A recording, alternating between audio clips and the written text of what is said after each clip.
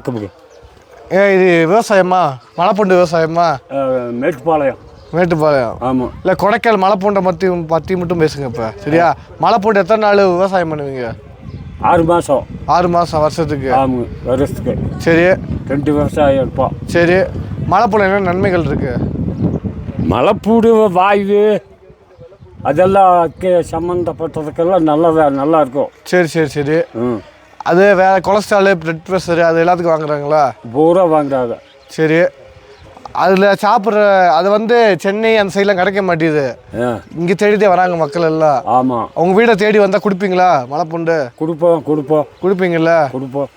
இது கிலோ இன்றைக்கி எவ்வளோ ரூபா போகுது? கிலோ 1000 ரூபா போகும். கிலோ? ஒரு கொத்து? ஆமாம். ஒரு கொத்து. சரியா? புகை எப்படி போடுவீங்க? புகை அடுப்பில் விறகுல போடுவோம். அது எப்படி மேலே கட்டி விடுவீங்களா? மேலே காவில் தொங்க போட்டு விட்டு கீழே தீ போட்டோம்னா போயிடும் புகை. அந்த ஒரு கொத்து வச்சுருக்கேன்னீங்களே, அது காமிக்க முடியுமா? காமிச்சிக்கலாம். உங்களை பார்த்துட்டு வாங்கிக்கிடுவாங்க நாளைக்கு டிவியில் பார்த்துட்டு வந்து.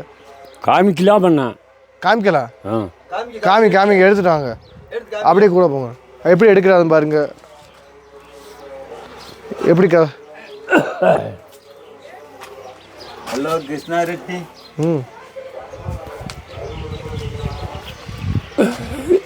இந்த மாதிரி மேலே வச்சுருப்பீங்களா? ஆமாம். ஏன் அப்படி வைக்கிற காரணம்? அதுதான் புகை ஏறும். புகை அதுதான் புகை ஏறிடுது. கொஞ்சமாக இருக்குது, இருட்டாக இருக்குது. சரி. சும்மா கொஞ்சம் காமிங்க போதும்.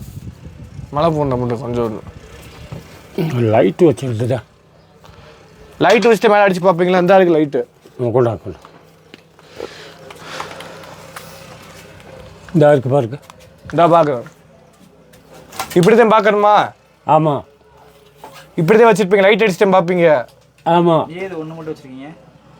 இது ரசத்துக்கு செலவுக்கு வச்சுருக்குறோம்.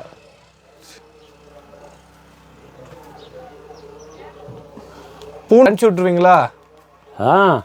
பூண்டு உங்களை தேடி வாங்க வராங்க, 5 கிலோ 10 கிலோ கேட்குறாங்க.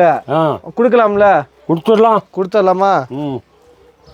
கொடுக்கலாம் ஐயா. நன்றி.